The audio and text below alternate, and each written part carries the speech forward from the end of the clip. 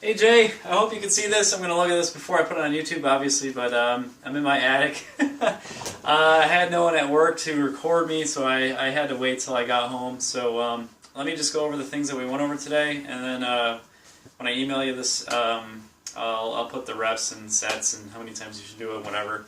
So first one we went over was doing like a rig pull. I know you already do the outside one with rotation, but we talked about strapping the band up to the rig, and then what you're going to do is lock your shoulder blade back, brace with your opposite hand, and then you're going to bring your body down and bring your hip back into a drive like a deadlift, and just drive your body down in pulse. So that's the first one we went over. Second thing we talked about was the sleeper stretch.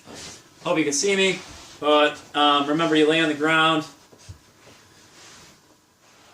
put your pack your shoulder into your body, and then let your arm fall towards your feet, and then push down with your arm and hold. And then we talked about flossing with a weight. So when you're on the ground, you're going to use a small dumbbell. You're going to allow the weight to pack your shoulder back into the floor, and then you're going to rotate the kettlebell inwards and outwards. Shouldn't hurt. It may hurt a little, but it should feel more like a stretch. Then we talked about some strength training, and we're going to start with some easy stuff. Every single one of these, really what you want to focus on is this drive of the shoulder blade backwards, and to some degree a little bit of external rotation with the shoulder. So first one we talked about was doing pull-throughs with a band instead of a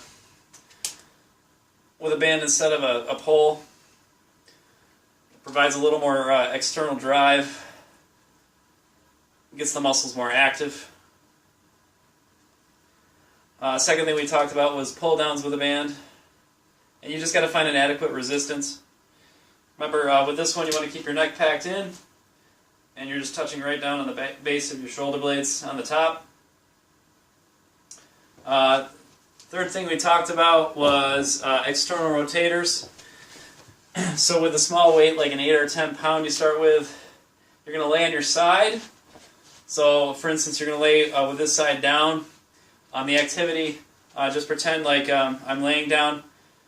The activity you're going to do, elbow placed nice and comfortably on the body, and rotate upwards.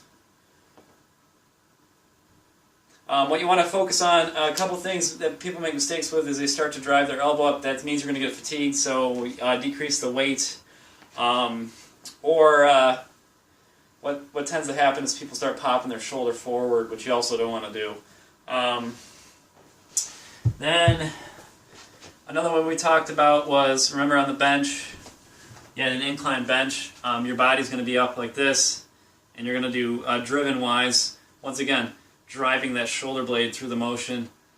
If you feel aggravation in your shoulder as you do it, try to make your shoulder blade more involved in the motion and see if it feels better. Pain could be a good teacher with this one. And then the last one we talked about was the reach and roll. So you're going to get into a 4-point stance. Elbows are going to be close to the body, about 2 to 3 inches apart. You're going to reach your arm forward using your shoulder blade to drive this motion.